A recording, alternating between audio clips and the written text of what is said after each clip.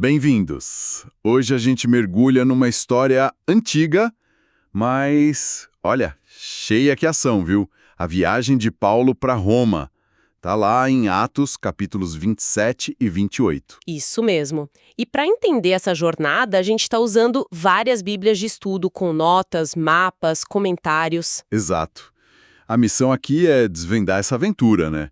Os perigos todos, o naufrágio e, quem sabe, o que está por trás dessa narrativa de um prisioneiro atravessando um mar furioso. E olha, já começa tenso. As fontes mostram que a viagem começou bem tarde na temporada de navegação.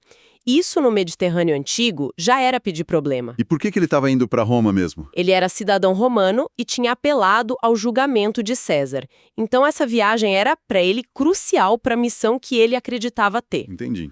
Então vamos lá para o começo. Paulo embarca, não está sozinho, né? Não, tá com Lucas, que narra a história, e se inclui com aquele nós, e também um tal de Aristarco, e todos sob a guarda de um centurião, Júlio. Ah, Júlio. Figura importante na história. O que a gente sabe dele? Ele era da Coorte Augusta, uma unidade militar de certo prestígio. E o curioso é como ele trata Paulo bem desde o início, sabe? Sim, deixa ele visitar amigos em Sidom, né? Estranho para um prisioneiro. Muito estranho. Mostra talvez um respeito, uma percepção diferente sobre Paulo.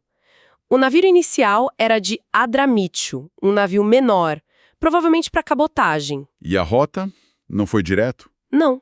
Ventos contrários obrigaram eles a irem pela costa, passaram ao sul de Chipre e aí chegaram em Creta. Em Creta. É aí que a coisa começa a complicar de verdade, né? Chegam num lugar chamado Bons Portos. Com dificuldade, e o texto avisa, a navegação ficou perigosa porque o jejum já tinha passado. O jejum. O que significa isso na prática? É o Yom Kippur, o dia da expiação judaico, cai no outono, tipo setembro, outubro. Para quem navegava naquela época, era o sinal. Acabou a temporada segura. O mar ficava imprevisível, perigoso mesmo. E nesse momento crítico, Paulo dá um alerta. Dá sim. Ele fala, olha pessoal, tô vendo que essa viagem vai dar ruim. Muito prejuízo pro navio, pra carga e pra nossa vida também. Bem direto. Mas não deram ouvidos, né? Por quê? Pois é. As fontes, elas sugerem que talvez esse primeiro aviso fosse mais da experiência de Paulo mesmo. Ele já tinha naufragado outras vezes, né? Menciona isso nas cartas. Verdade. Então, o centurião, Júlio, apesar de tratar Paulo bem, preferiu confiar nos especialistas, o piloto e o dono do navio. A galera queria chegar em Fenice, um porto melhor ali em Creta, para passar o inverno. Fica aquela tensão, o conselho do homem de fé versus a técnica dos marinheiros. Exatamente. E por um breve momento, parece que os marinheiros tinham razão. Ah, o ventinho sul. Isso. Sopra um vento sul levinho, eles pensam, agora vai. Zarpam de Bons Portos, costeando Creta, achando que iam chegar rápido em Fenice. Mas era cilada. Total. Pouco depois, pá, vem um vento nordeste violentíssimo das montanhas de Creta, o tal do Euraquilão, um tufão. Nossa. E aí? Acabou o controle. Acabou total. O navio vira um joguete, arrastado pelo vento. Passam perto de uma ilhazinha cauda, a tripulação entra em pânico. E começam aquelas manobras desesperadas que o texto escreve. Sim, são detalhes técnicos fascinantes. Primeiro, recolher o bote salva-vidas, que era rebocado e devia estar cheio d'água, um sufoco. Imagina. Depois, passar cabos por baixo do casco para tentar segurar a estrutura do navio contra as ondas. Chama frapping, uma técnica da época. Para não desmontar tudo. Exato. Aí começam a jogar coisas fora para aliviar o peso, equipamento, talvez parte da carga. E por fim deixam o navio ir à deriva, mas tentando evitar a costa da Líbia, os bancos de areia da Sirte. Era um maior medo. E ficam dias assim, sem ver sol, sem ver estrelas. Perdidos. A navegação antiga dependia disso, né? Sem referência nenhuma. O desespero bateu forte. O texto é bem claro. Perdeu-se afinal toda a esperança de salvamento. Ninguém conseguia nem comer, né? Enjoo, medo. Provavelmente. E nesse fundo do poço, quem aparece para liderar? Paulo. O que ele diz? Dá uma bronca primeiro. Ele dá uma lembrada, assim, olha, vocês deviam ter me ouvido lá em Creta. Mas logo muda o tom. Fala para terem coragem. Coragem, no meio daquilo tudo. Sim, ele diz, ninguém aqui vai morrer. Só o navio que vai se perder. E aí, ele conta o porquê dessa certeza toda. Ah, a visita do anjo. Exato. Um anjo apareceu para ele de noite e disse, Paulo, fica frio. Você tem que chegar em Roma para falar com César e, Deus, na bondade dele, te deu a vida de todo mundo que está nesse barco contigo. Uau! Que mensagem! Muda tudo, né? Agora não é só o Paulo experiente falando, é Paulo com uma promessa divina. E a presença dele ali, destinada a Roma, vira garantia de vida para todos os outros 276 a bordo. Incrível! 276 pessoas? Gente pra caramba! Devia ser um navio grande mesmo. Com certeza, provavelmente um daqueles navios graneleiros que abasteciam Roma. Mas mesmo com a promessa, a tempestade não parou na hora, né? Não. Continuaram à deriva. Até a 14ª noite. O que acontece então? Estavam ali pelo Mar Adriático, que na época era uma área maior do que hoje. E os marinheiros começam a sentir que tem terra perto. Talvez pelo barulho das ondas, não sei. E eles fazem o quê? Lançam a sonda para medir a profundidade. Primeiro dá uns 36 metros. Depois, logo em seguida, 27 metros. Tá ficando raso muito rápido. Perigo de bater as pedras. Exatamente. Aí tomam uma decisão de emergência. Lançam 4 âncoras pela popa, pela traseira do navio. Pra quê pela polpa? Era uma manobra para frear o navio e manter a frente, a proa, virada para a terra, já pensando em tentar encalhar de forma controlada quando amanhecesse. E ficaram ali, rezando para o dia chegar. Mas aí rola uma tensão interna, né? Os marinheiros tentam dar no pé. Tentam. Queriam pegar o bote salva-vidas e fugir, na moita. Fingiram que iam lançar mais âncoras lá na frente. Mas Paulo percebeu. Ligado como sempre. Avisou o centurião. Se essa turma aí vazar, ninguém se salva. E o Júlio, que a essa altura já confiava mais em Paulo do que nos próprios marinheiros. Agiu na hora. Mandou os soldados cortarem as cordas do bote. Adeus, fuga. É um ponto que as fontes destacam muito. A promessa de Deus não elimina a ação humana responsável, né? Precisavam dos marinheiros ali. Faz sentido. Finalmente amanhece. E Paulo toma outra iniciativa importante. Sim, ele insiste para todo mundo comer alguma coisa. Falou, gente, faz 14 dias que a gente mal come, precisamos de força para o que vem aí. E ainda garante que ninguém ia perder nem um fio de cabelo. Uma forma de dizer que ficariam bem. Isso, uma hipérbole para dar confiança. E ele mesmo pega um pão, agradece a Deus ali na frente de todo mundo, parte e come. Que gesto! Um gesto de fé, de normalidade no meio do caos. Aquilo animou o pessoal. Todo mundo comeu, recuperou um pouco as forças. E depois de comer, ainda jogam fora a carga de trigo. Por que só nesse momento? Agora era a estratégia final, deixar o navio o mais leve possível mesmo. Para diminuir o calado, a parte que fica submersa, assim talvez conseguissem chegar bem pertinho da praia antes de bater. Tudo calculado para o encalhe. Avistam uma baía, uma praia, não sabiam onde estavam, mas era a chance.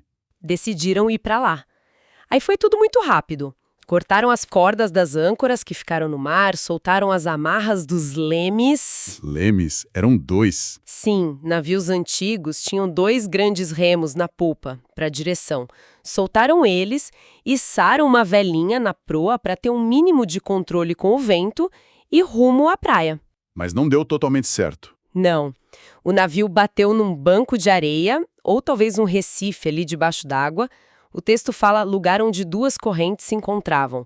A frente ficou presa, encalhada, e a parte de trás começou a ser arrebentada pela força das ondas. Que cenário! Caos total. E no meio disso, os soldados têm uma ideia horrível. Queriam matar os prisioneiros. Era a lei romana. Se um preso escapasse, a vida do guarda estava em risco. No meio daquela confusão toda, acharam que era mais seguro matar geral. Meu Deus! Mas Júlio? Júlio salva o dia de novo. O texto é claro. Querendo salvar Paulo, ele impediu os soldados. Veja como a intenção de salvar um acaba protegendo todos os outros presos. Impressionante. A influência de Paulo sobre ele. Muita. Aí Júlio dá ordem. Quem sabe nadar, se joga e vai para a terra. Quem não sabe, pega tábua, destroço, qualquer coisa que boie. E o resultado? E foi assim que todos se salvaram em terra. A promessa se cumpriu no limite, mas se cumpriu. Chegaram vivos. Mas onde? Descobriram que estavam numa ilha chamada Malta. E os moradores? Como reagiram a essa invasão de náufragos? Olha, surpreendentemente bem. O texto fala que os nativos bárbaros, no original, mas só significava que não falavam grego ou latim, trataram eles com singular humanidade. Acenderam uma fogueira grande por causa do frio, da chuva. Um alívio no meio do desastre. E aí vem a história da cobra, né? Famosíssima. Paulo tá lá ajudando a pegar graveto para a fogueira e uma víbora, fugindo do calor do fogo, se prende na mão dele. Pica ele. E o pessoal de Malta, na hora, já tira conclusões. Na hora, pensam, esse cara é um assassino, escapou do mar, mas a deusa Justiça não deixa barato, vai matar ele agora com a cobra. Superstição pura. Total. Ficaram esperando ele inchar, cair morto, mas Paulo só sacudiu a cobra no fogo e nada aconteceu com ele. E aí a opinião muda 180 graus. Completamente. Começam a dizer que ele era um deus. Mostra muito das crenças da época, né? Justiça imediata, sinais divinos. Tem a hospitalidade de Públio. Isso. Públio, o homem principal da ilha, talvez um cargo oficial, romano ou local, recebe Paulo, Lucas, Aristarco, talvez Júlio, na casa dele por 3 dias. E acontece uma cura importante lá. O pai de Públio estava muito mal, com febre, disenteria. Uma fonte até sugere que podia ser a febre de Malta. Paulo vai lá, ora, coloca as mãos sobre ele e o cura. Isso deve ter causado um impacto enorme. Com certeza. A notícia se espalha pela ilha. Outros doentes vêm procurar Paulo e ele cura mais gente. Resultado: os malteses ficam super gratos, tratam eles com todas as honras. E na hora de ir embora, ajudam com tudo. Exatamente. Depois de passarem ali os 3 meses de inverno, quando foram partir, os ilhéus deram tudo o que eles precisavam para continuar a viagem. De novo, Paulo, mesmo numa situação difícil, acaba sendo fonte de bênção. Finalmente o inverno passa e eles podem seguir para Roma. Pegam outro navio de Alexandria, que também tinha passado o inverno em Malta. Esse tinha uma figura de proa interessante. Castor e Pólux. Os gêmeos da mitologia, protetores dos marinheiros. Irônico, né? Bastante. A viagem agora é mais tranquila. Param em Siracusa, na Sicília. 3 dias lá. Depois contornam a Itália até Régio, bem na pontinha da bota. E de lá, com vento sul favorável, chegam a Puccioli. Que era um porto importante perto de Nápoles, né? Servia a Roma. Exato. E lá em Puccioli, outra surpresa boa. Encontram mais cristãos. Sim, irmãos, como o texto diz. Pedem para Paulo ficar com eles uma semana e Júlio, pelo jeito, continuou flexível e permitiu. Isso mostra como a fé já tinha se espalhado pela Itália. Que legal. Daí para Roma é por terra. Pela famosa Via Ápia. E no caminho, mais encorajamento. Cristãos de Roma vêm encontrar eles. Vem sim, em 2 lugares. Praça de Ápio e 3 Vendas. Quando Paulo vê essa turma vindo recebê-lo, o texto diz que ele deu graças a Deus e se sentiu mais animado. Imagino, depois de tudo que passou, ver essa comunidade... Deve ter sido um alívio imenso. E aí, finalmente, Roma. Chegou. Mas como prisioneiro ainda, qual a situação dele lá? É entregue às autoridades, mas consegue uma condição especial: prisão domiciliar. Fica numa casa alugada, por conta própria, mas com um soldado vigiando ele o tempo todo. Era a custódia militares. Relativamente branda comparado a uma prisão comum. E a primeira coisa que ele faz, mesmo preso... Não perde tempo. 3 dias depois de chegar, chama os líderes da comunidade judaica de Roma para conversar. Pra quê? Para se defender, para explicar a situação toda. Ele diz: olha, não fiz nada contra nosso povo, nem contra nossos costumes. Foram os judeus lá da Judéia que me entregaram para os romanos. Os romanos queriam me soltar, não viram crime, mas a oposição foi tanta que tive que apelar para César. E ele frisa que não era para acusar o povo judeu. Exato. Era para se defender e aí ele solta a frase-chave. É por causa da esperança de Israel que eu estou preso com estas algemas. Esperança de Israel. O que ele quer dizer com isso? Ele está ligando a fé dele em Jesus, no Messias e na ressurreição, com as próprias esperanças do judaísmo, tentando criar uma ponte, um diálogo. E os líderes judeus de Roma, como recebem isso? Com cautela. Dizem que não receberam nenhuma carta da Judeia falando mal dele, nem ouviram nada negativo, mas admitem que sabem que essa seita, o cristianismo, é muito criticada em todo lugar. Mas ficam curiosos para ouvir o lado dele. Ficam, marcam um dia, e aí vem bastante gente na casa onde o Paulo estava. E como foi essa reunião? Intensa. Paulo passou o dia todo explicando, testemunhando sobre o reino de Deus, tentando convencer ele sobre Jesus, usando a lei de Moisés, os profetas, aquilo que ele sempre fazia. E o resultado? O mesmo de sempre, né? Divisão. Uns acreditaram, se convenceram, outros não. Continuaram incrédulos. E diante dessa divisão, Paulo usa palavras bem duras, citando Isaías. Cita aquele trecho de Isaías 6, sobre o povo que ouve, mas não entende, vê, mas não percebe, porque o coração endureceu. É uma citação forte, usada outras vezes no Novo Testamento para falar da incredulidade. E ele conclui com uma declaração importante sobre os gentios. Sim, ele diz: fiquem sabendo então, esta salvação de Deus foi enviada aos gentios e eles vão ouvir. É quase um resumo do que aconteceu em Atos inteiro. A mensagem encontra resistência entre alguns judeus e se volta com força para os não-judeus. E é assim que termina o livro de Atos. Com essa declaração. Quase lá. O finalzinho descreve Paulo passando 2 anos inteiros nessa prisão domiciliar, provavelmente de 60 a 62 DC.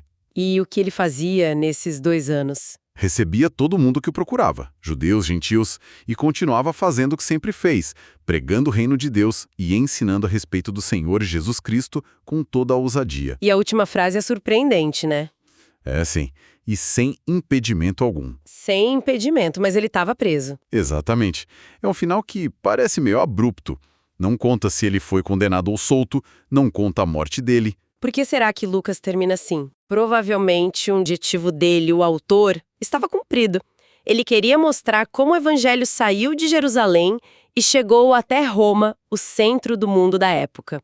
E o fato de Paulo estar pregando livremente, sem impedimento, mesmo acorrentado na capital do império, era o ponto alto simbólico. O triunfo da mensagem sobre as correntes. Isso.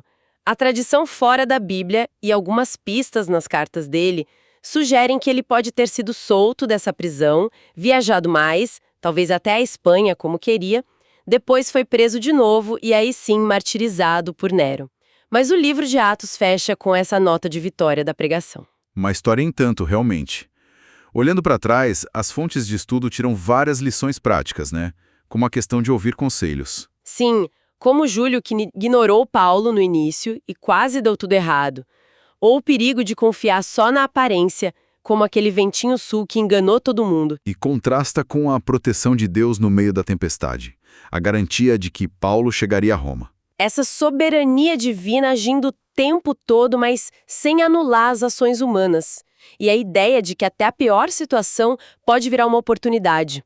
Paulo no navio, salvando vidas, depois em Malta, culhando. Virando uma bênção inesperada. Uma fonte até compara as âncoras do navio com as âncoras espirituais que a gente precisa, tipo fé e esperança. Exato. Mostra essa dança entre a providência divina e as nossas respostas. Coragem, fé, até as decisões práticas dos marinheiros e de Júlio. Então, recapitulando, foi uma viagem terrível, cheia de perigos, mas que cumpriu o objetivo. Paulo chegou em Roma. Chegou como prisioneiro, mas chegou. E mesmo preso, continuou a missão no coração do império. E aquele final, sem impedimento algum. Pois é, isso deixa a gente pensando, né? Ele está acorrentado a um guarda, numa casa, mas prega sem impedimento. O que será que são os verdadeiros impedimentos na vida? Será que, às vezes, as limitações que a gente vê, as correntes visíveis, podem, na verdade, abrir outros caminhos?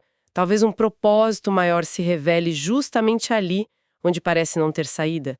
Fica aí a reflexão.